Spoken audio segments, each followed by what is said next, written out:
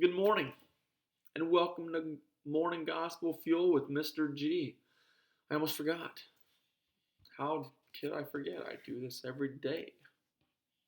Well, it's Friday, October 30th, the feast day of Saint Marcellus of Tangier, which is a beautiful island, it appears like, um, in the southern tip of Spain and the northern tip of Morocco, which is in northwest Africa. So, I believe. But either way, the island looks beautiful from what I gathered. Anyway, Saint Marcellus of Tangier, he is a third century martyr of the church, and he is the patron saint of Leon, Spain. And today's gospel is from Luke chapter 14, verses 1 through 6. Let's begin in the name of the Father, and the Son, and the Holy Spirit. Amen. On a Sabbath, he went to dine at the home of one of the leading Pharisees, and the people there were observing him carefully. In front of him there was a man suffering from dropsy. Jesus spoke to the scholars of the law and Pharisees in reply, asking, "Is it lawful to cure on the Sabbath or not?" But they kept silent. So he took the man, and after he had healed him, dismissed him. Then he said to them, "Who among you, if your son or ox falls into a cistern, would not immediately pull him out on the Sabbath day?" But they were unable to answer his question. Okay, so we have another attack of Jesus doing good on the Sabbath day because these Pharisees and scholars of the law are so stubborn and bullheaded and attached to this law of tradition that they've always come with. But Jesus came to fulfill the law, abolish the law, and fulfill the new law. So they're caught up in their stubborn ways, and their ego and arrogance is getting in the way. They kept silent, even after Jesus is healing this man of dropsy, because they're trying to pigeonhole him where he can't get out.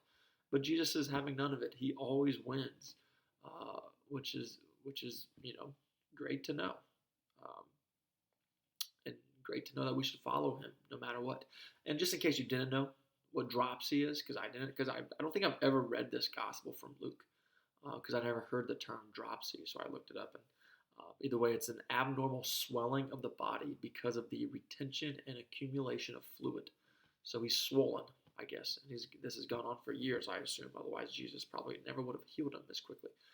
But anyway, we see the dynamic of the graciousness of the man who had dropsy and suffering, and the suffering is what brought Jesus to him. So we are all called to suffer, because suffering brings us closer to Jesus. But then we also see the reaction of the Pharisees, who are stubborn and trying to attack Jesus like a lot of non-Christianity faiths do. And then also we see how Jesus is persistent and always makes sure that he's understanding of the people that are attacking him, but then he also makes sure that he gets his point across in a subtle way. But anyway, with all this being said, we're going to take our challenge veering from the side of the Pharisees this morning, where we kind of see where they're caught up in their own thoughts and their own selfishness and their own thinking that they're self-efficient in the law and they don't need God. Where they can just take care of everything on their own and figure everything out on their own, figure out scripture on their own, figure out the law on their own. We can't do anything on our own. So anyway, that's the challenge. How often do we get caught up in our thoughts or with whatever you're doing that you don't realize the graces and the blessings that surround you?